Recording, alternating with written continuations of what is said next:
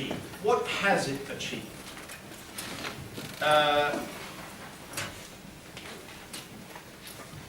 The context in Hong Kong, several speakers said, can be described in terms of a sort of neoliberal, crony market system with rising inequality and tycoons part of the scene.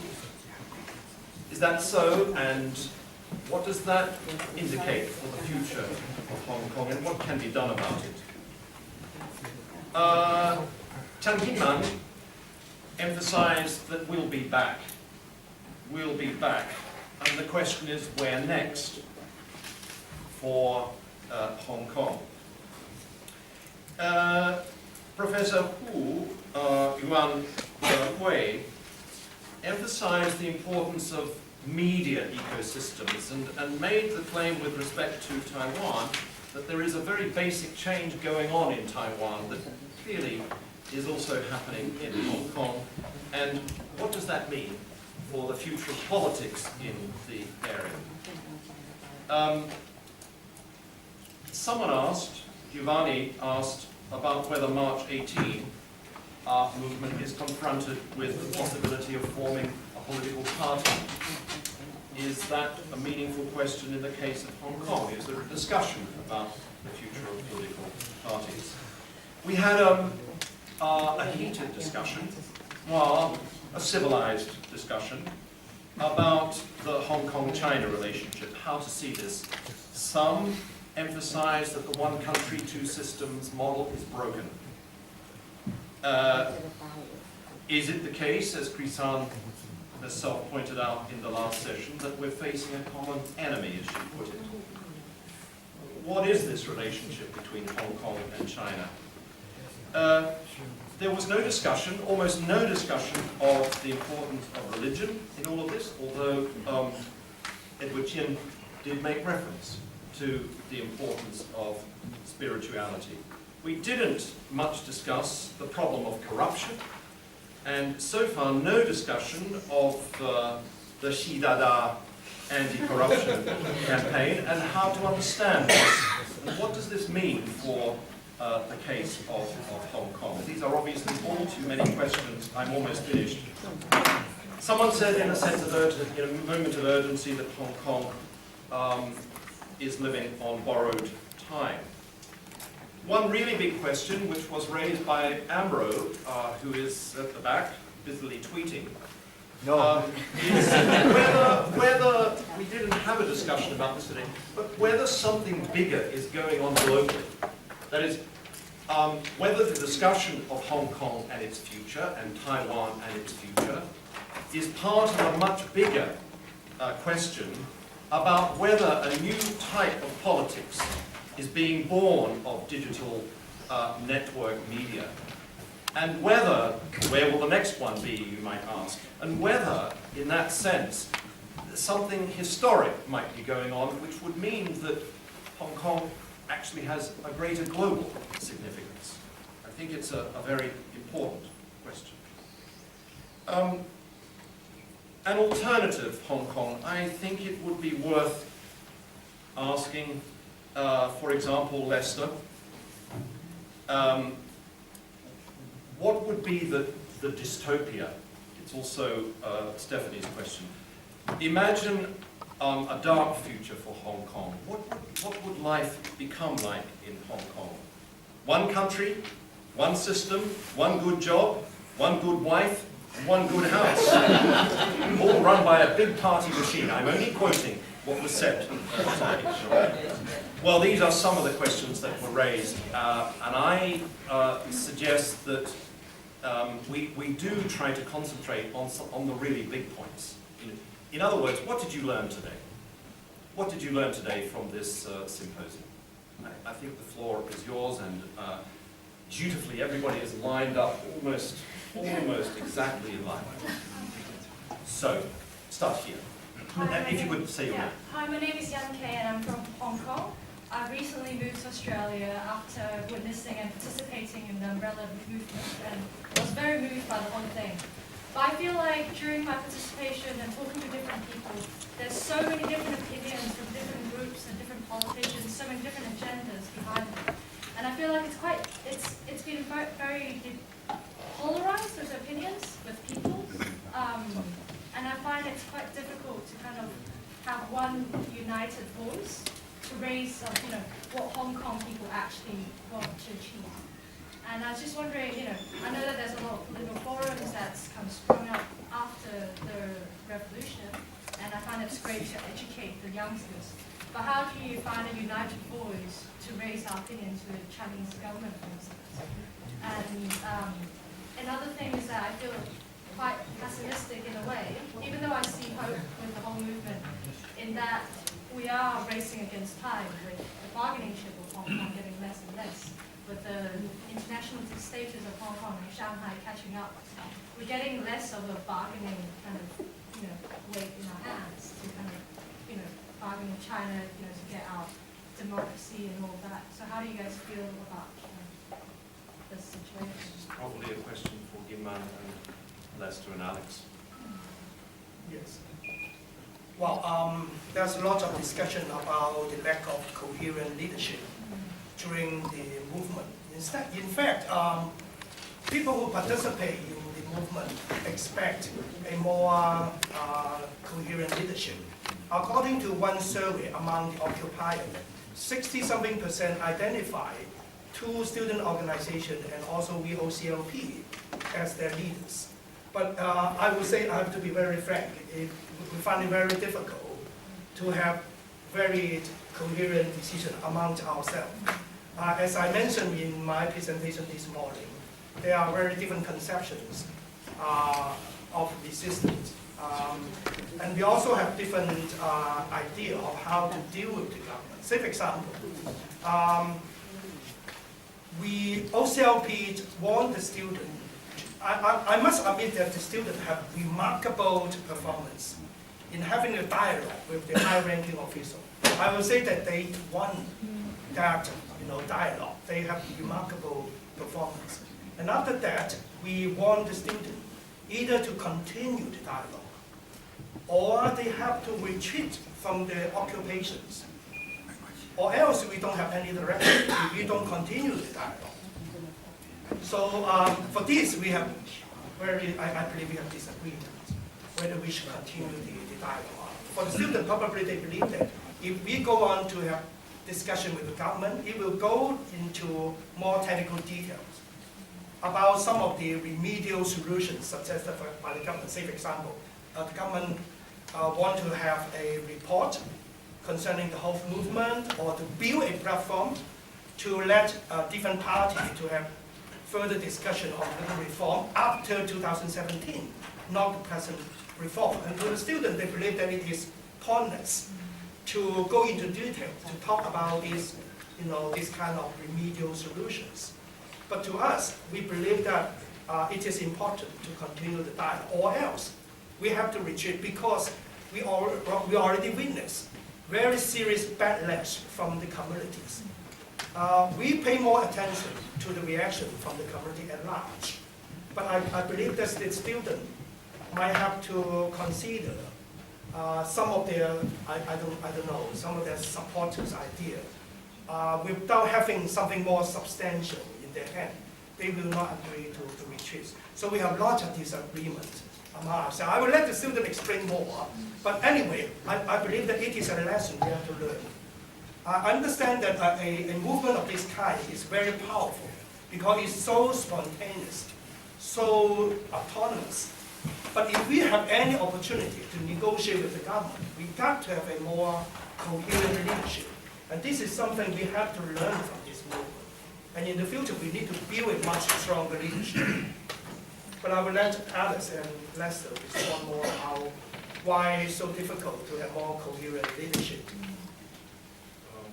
I guess Professor Chan, he has mentioned something earlier when he had his presentation. But he mentioned that since 2010, the Democrat plan it splits because Hong Kong people have different opinions on whether we should launch a referendum or whether we should accept the proposal proposed by Beijing and the SEL government, whether we should accept it or veto it. And since then, well, it already result in spread.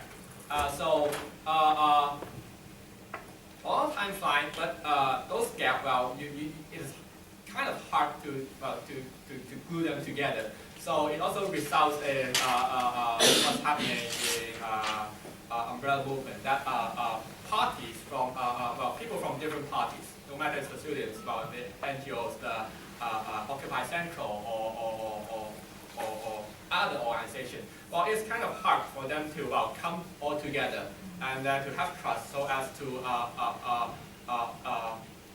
discuss and to propose the upcoming tactics in regard to the movement or in regard to what's the next steps.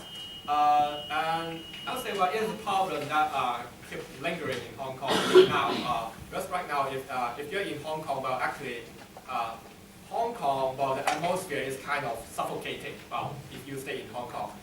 Because actually, every month, well, there's a lot of news, but when the news comes out, well, there's less about public discussion. It's more about labeling, and attacking one another. But it's actually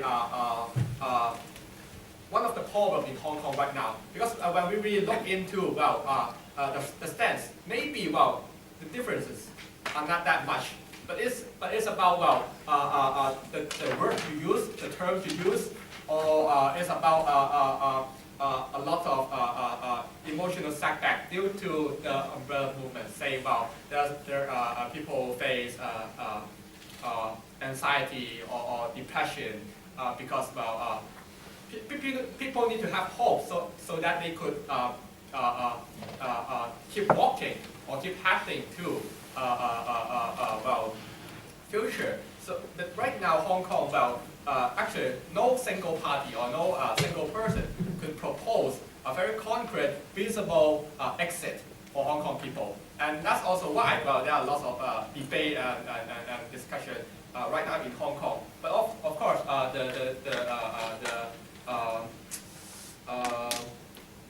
the side effect is that there are lots of labeling. So it is really Hong Kong people to face that if the target of the people on one hand is to change the government, and on the other hand it is about to change the mentality, the mindset of the people who are still supporting the government, then how we should or how we could walk out this situation and to build trust again. That is really a question, and I'll say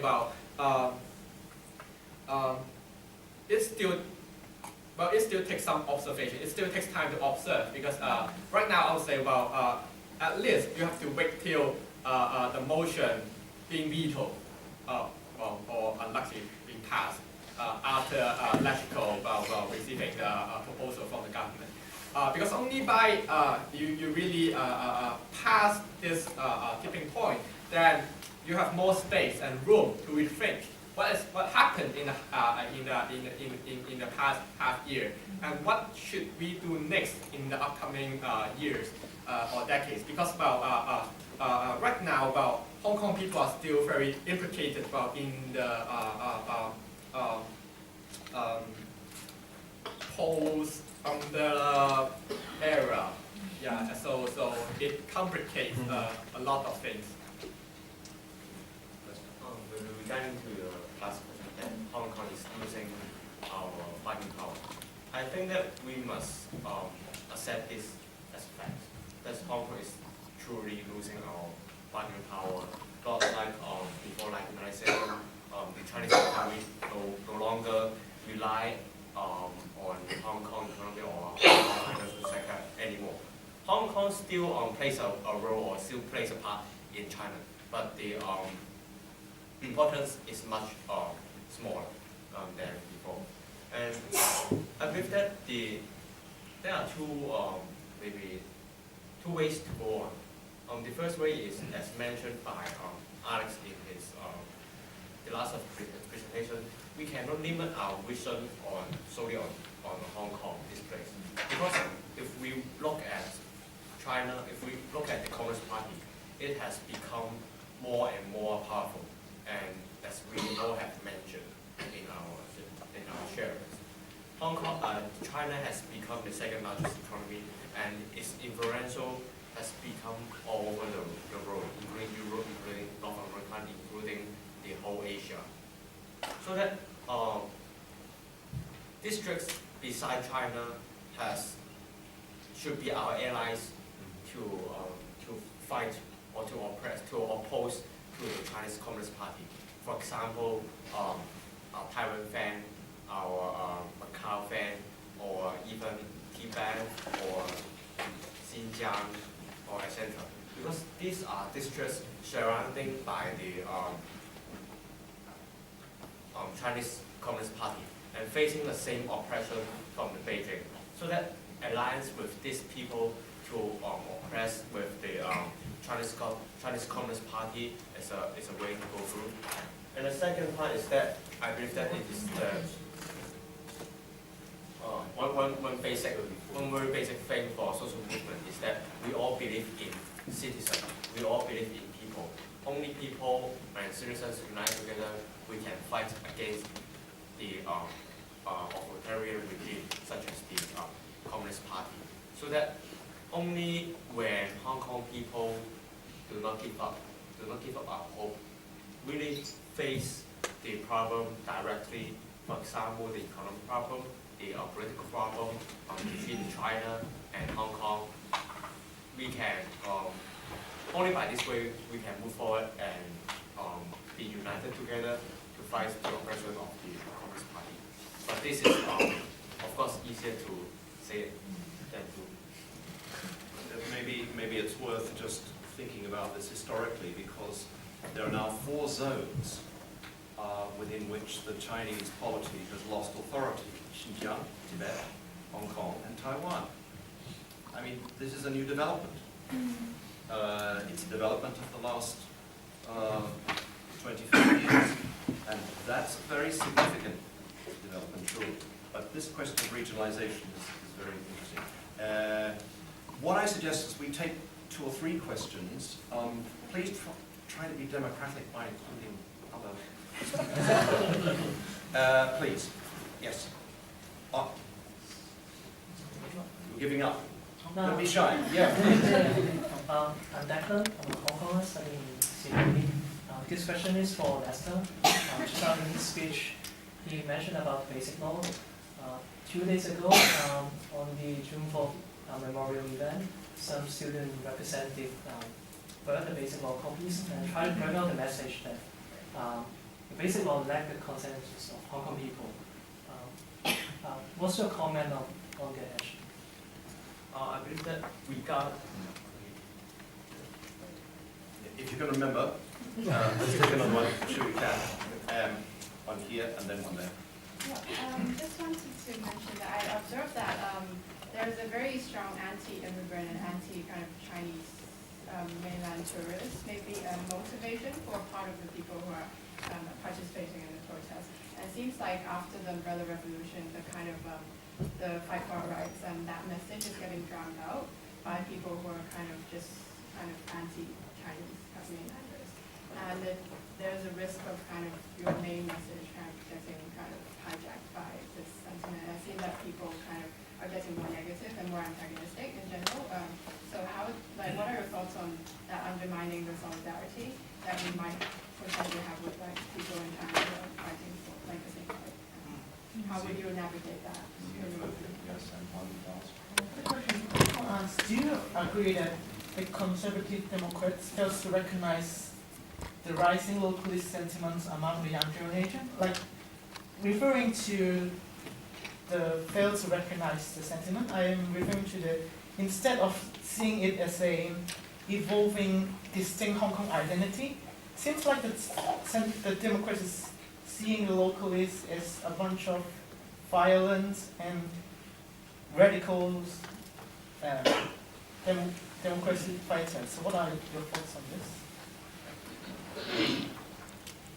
I think the arrows would be flying in this direction. No, it's not me. That's enough then. Should we answer now? Yes, please. Lester, you answer that question first. The question for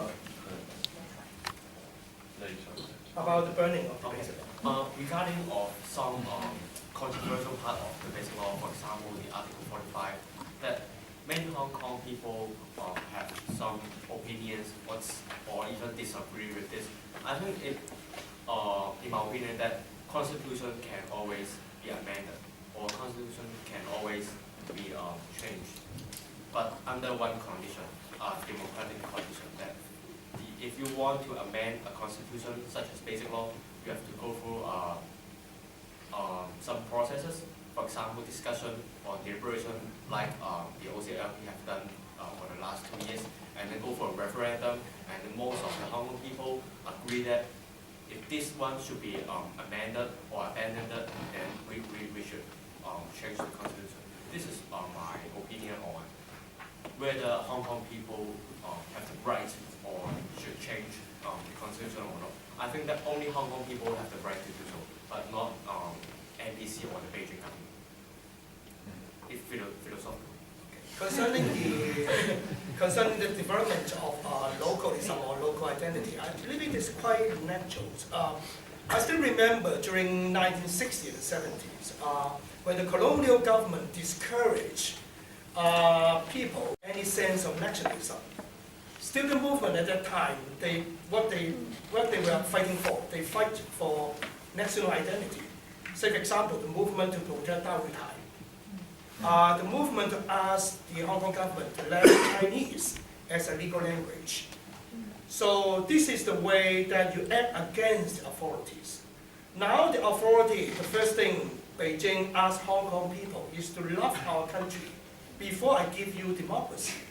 So for these young people, they will say no to this, kind of patriotism, because they understood clearly that what Beijing referred to loving your country is to love the parties. And so I guess it is quite natural for young people these days say that I'm just a Hong Konger, I'm not a Chinese.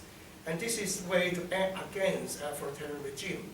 But in Hong Kong, of course, there are somewhat more fundamental reason for why there are such a conflict between mainland and Hong Kong. In the past, yes, Hong Kong was a refugee society. Many Hong Kong people came to, in fact, they came from mainland to Hong Kong. Before 1949, during the Great Relief Forward, or even during the Cultural Revolution, they came down to Hong Kong. And so at that moment, in fact, it is quite a, still a very integrated society. Because Hong Kong people did not have very strong local identities. They still believe that they can mix with this mainland. But after 1980s, things turned into a very different direction. We moved our factory to China, and we don't need cheap labor anymore. It is a post-industrial society. So the next generation coming from mainland, they will be regarded as a kind of burden to the society instead of some production force as in the past. So the change from an industrial society to a post-industrial society make a very big difference how Hong Kong people look at these immigrants from mainland China, who are mostly less educated. They're mainly from rural areas. And also because Hong Kong younger generation, they are more educated. They have very different lifestyle from the mainland after 1980s. So the conflict become more and more serious. So there are political dimension as well as social and economic dimension. That's why we have so much conflict between the mainland and Hong Kong people. And so after the rise of this superpower, and this is such an uncivilized superpower, this conflict can be imagined. Can I add to what Professor Chen is saying? And also, I guess that's what's relevant with the whole localization issue. It's about the fight for independence. I don't think, and this is my personal view, I hope that's not too far off track, is that I don't think that the fight is about getting independence as an independent country or city. Rather, we are trying to get Chinese to honor their promise to let Hong Kong be a highly autonomous place. no more, no less. I think independence is probably a very naive thought, but the autonomous, being a city with its own way of life, I mean the capitalist, the independent judiciary system, that kind of thing is what Hong Kongers are fighting to uphold. Please correct me. It sounds rather like the struggle unfolding in Taiwan. Because if you look at the opinion polls in Taiwan, a very small proportion of the population says that it wants sovereign independence. And yet, at least 2/3 say that they are not Chinese. It's not a Chinese society, so living in between is part of the distinctive part of the Taiwan experiment. Nobody answered this question about xenophobia. I don't know how to translate this in Mandarin. I mean, dislike of foreigners and it's Taiwan. Well, just because Hong Kong feel that we are so vulnerable, given our size. We are only 7 million people, but each year we have 50,000 travelers from mainland China. But 50 million travelers from mainland China. So it's already a very packed city with such huge volume of tourists. So you can imagine Hong Kong feel that they're very vulnerable. And so that's why we become more defensive. I guess in the coming future, as long as we can defend our core value, it is the best we can do, instead of really achieving full democracy. So I guess this rise of superpower, in fact, is really threatening to many Hong Kong people. and the core values. What are these core values in a few words? You want to say something? Okay, well, referring to Professor's question. Well, core values, but it is actually very vague. Well, some people would say, well, it's about democracy, human rights, justice, rule of law, fairness. Well, that would be some of the core values for Hong Kong people. But of course, the authority will also claim this set of values as their values, but their interpretation is kind of, well, contradictory in some sense. But in addition to what Professor Chan has said, I'll say, on one hand, of course, it's about capacity, but on the other hand, it's also about the policy, the development of Hong Kong as a city. So in what way we should develop Hong Kong, or how we should turn Hong Kong to, that would be the question, I mean, for Hong Kong people, because why there are lots of tourists coming to Hong Kong, because in the past few decades, Hong Kong people didn't really ask themselves or being asked of what city they would like to live in, or what city they would like Hong Kong to turn into. So before 1997 or after 1997, the policy for the regime to rule Hong Kong is simply is based on historical time. Before 1997, it's about Korean War and the Cultural Revolution. So a lot of workforce coming to Hong Kong, and it's about trading center, financial center. But after 1997, you could still see those this kind of words or concepts in the speech of the chief executive of Hong Kong. They would claim that they would like to turn Hong Kong into world city. They would like to turn Hong Kong into a financial center. So that means Hong Kong do not have to develop other industries, say cultural industry, or and other industry, or other field apart from finance and tourism and property market. So that would be a question for Hong Kong, because as long as Hong Kong is still acting in this way or playing this role, then the city is constructed or the planning about Hong Kong is about to serve tourists. So that also, it is also a problem I would say, it's a mutual problem for the tourists and also Hong Kong. But the third point I would like to just as a remark is that when Hong Kong people, they could not really counter Beijing, then of course there's depression. Then people also have to locate the problem. Then I'll say, well, mainland tourists coming to Hong Kong, indeed, well, it's about the problem of capacity. But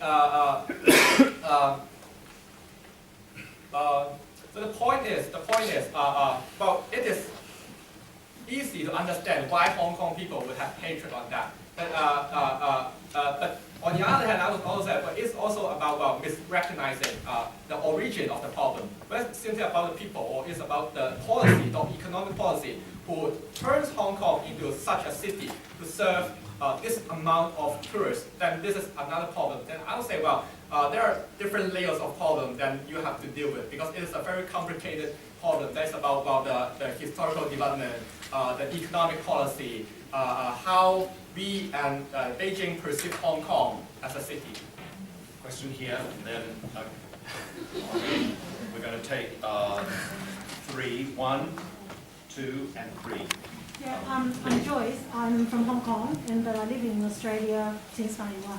I want to make some comments regarding the core value, because in a way that I like us to think about what we can do, sort of next step. I totally agree with Professor Chan in the way that we put the big questions on democracy still live in our mind, but at the same time the energy put into uphold our values. I mean, I like to mention about transparency.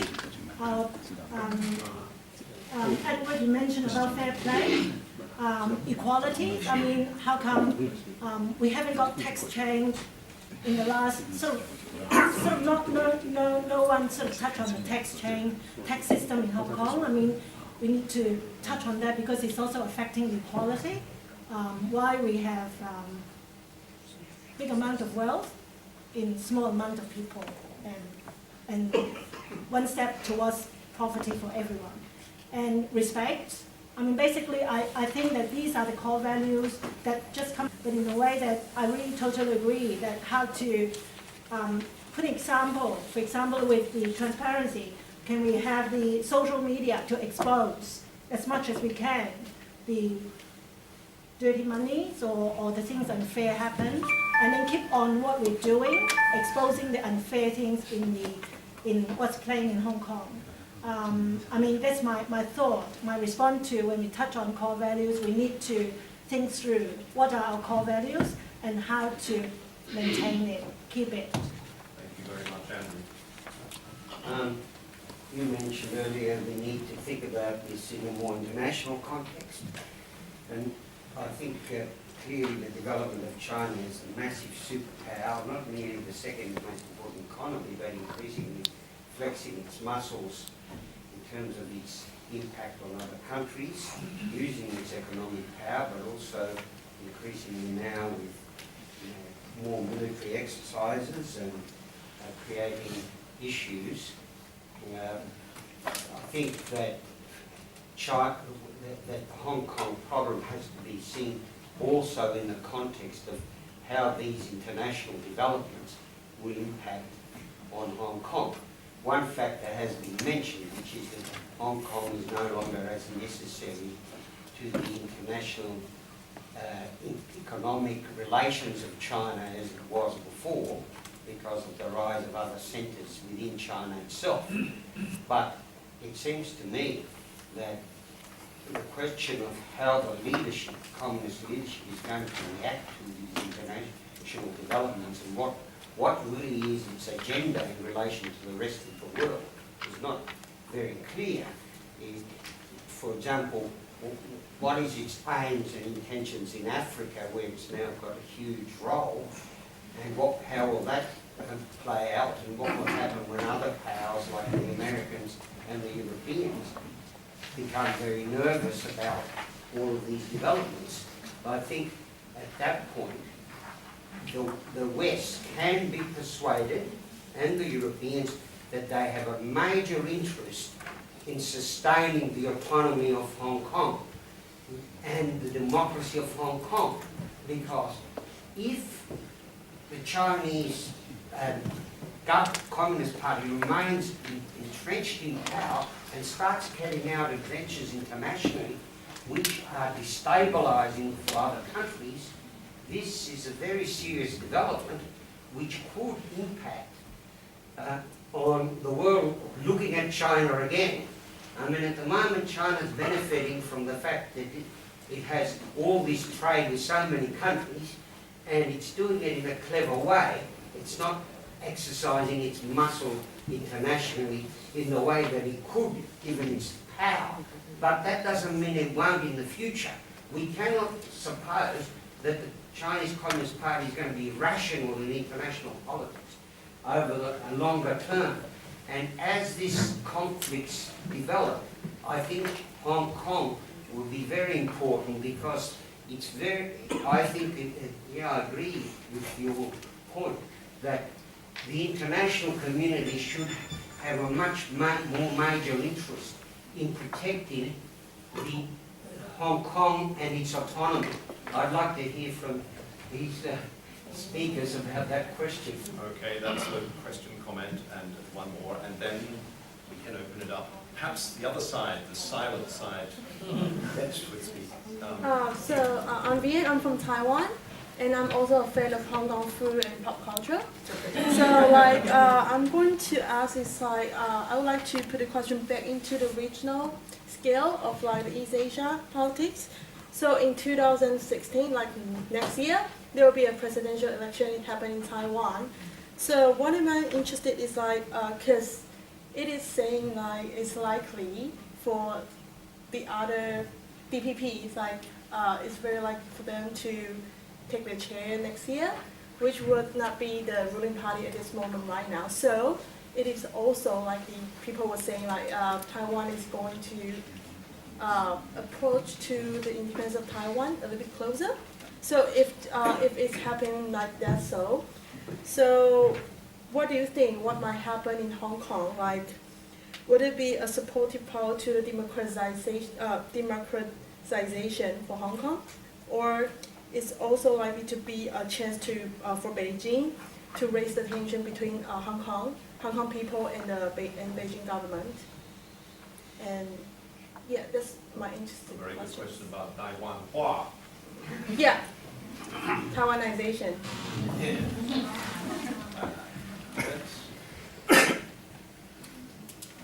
Well, I just want to talk about the fair play issue that you alluded to earlier. Now, actually, within the 2047 in Hong Kong, a monitor group that we have now is a spin-off from the Occupied Central Financial Banking Group, and there are some people that are kind of affiliated with the CCP. Either their parents are, or they were with the Junior League. Right? Youth League. Yeah, the Youth League. But those who criticize most about the CCP party are actually the CCP party members themselves, who are now in Hong Kong and whatnot. But if you talk about corruption and all of that, probably some of you have read the ICIJ report, the International Consortium of Investigative Journalists. It talks about from paramount leaders from Deng Xiaoping all the way to Xi Jinping, more than 4 trillion of assets were in US dollar terms were hidden in Cayman and BVI accounts. So as if you're printing $1, is it 20 cents or 30 cents? Is going offshore somewhere? Now, if the party is want to be perceived as even it's a totalitarian regime, if it is perceived by the 1.3, 1.4 billion people as fair, it is important for the people at the top, meaning that not just the 90 million CCP members, but those 300-400 in power, really to show that they have transparency themselves. Show that they declare tax, and where are their sources of income. How come in Sydney, party member XYZ is buying up all these real estate, and same thing in Vancouver. And it's just the power struggle that we can never really fully understand, or is it just that they are really acting up themselves? So that's the Xi Jinping's next 8 years or so he has to face, people inside China. So I guess, you know, like Hong Kong, I don't want to be seen or be perceived as a place where they just park the money, and then it's like a middle point where they can, you know, like have the money to be transferred offshore.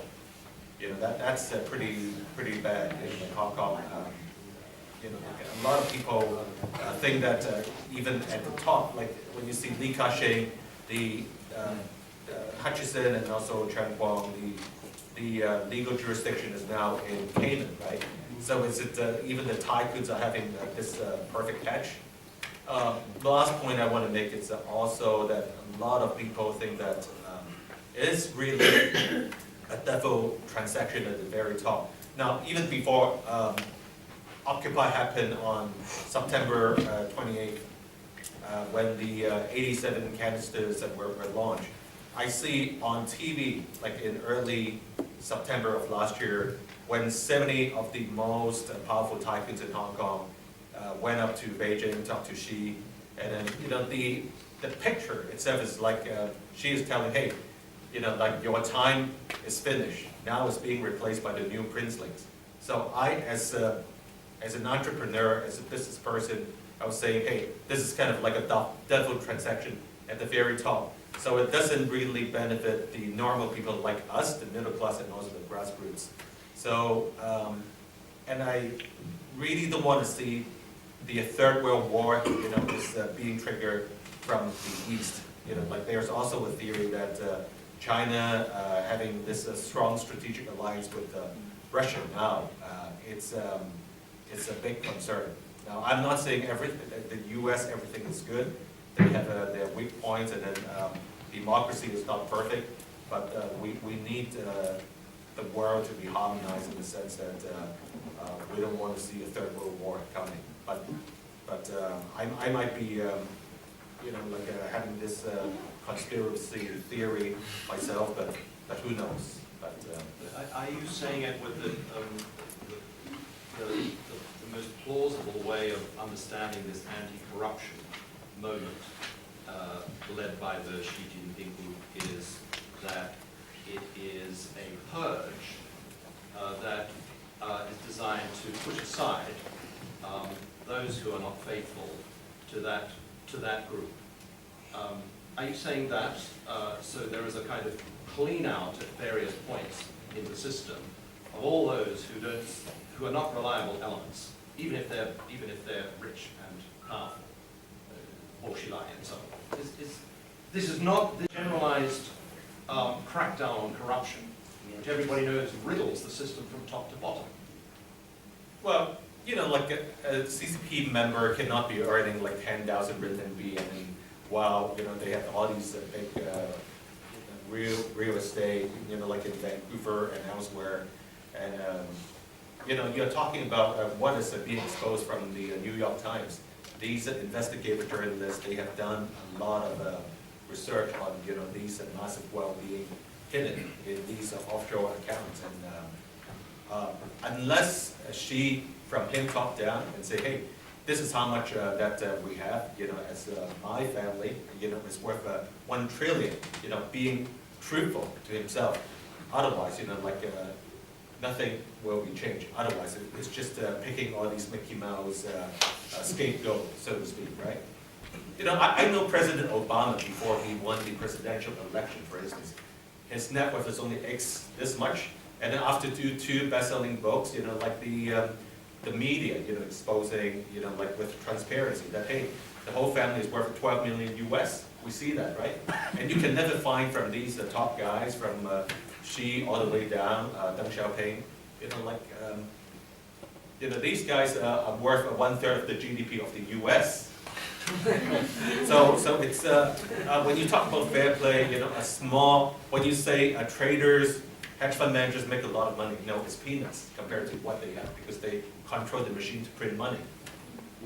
Yeah, and then also when you talk about the spiritual factor too, they, you know, I can't say they don't have soul, because I talk to a lot of people with a party background who hate the party themselves because they live in Hong Kong. They say, hey, you know, like, I just want to make as much money, take the money and run, and then, you know, they don't even think about the word dong, right? To them, it's just a vehicle to extract as much as possible. It's like a mafia. Sorry to say this, but it's not and the question about the importance of Taiwan. Yes. Of course, things happened in Taiwan will affect China as well as Hong Kong. This is a globalized world, and sometimes even it will create a snowballing effect. Say, for example, a few years ago, Taiwan young people came to Hong Kong to learn from Hong Kong civil society because we were quite successful in several social action, including the anti-national education campaign. And then when the Sunflower movement happened in Taiwan, it really stimulated young people like, I guess, sitting next to me, thinking that, wow, look at what happened in Taiwan, why we still have to wait. Use OCLP, in fact, was too moderate, and really stimulate young people to take action as soon as possible. So there's a kind of snowballing effect. And I also believe that what happened in Hong Kong will also affect people in China.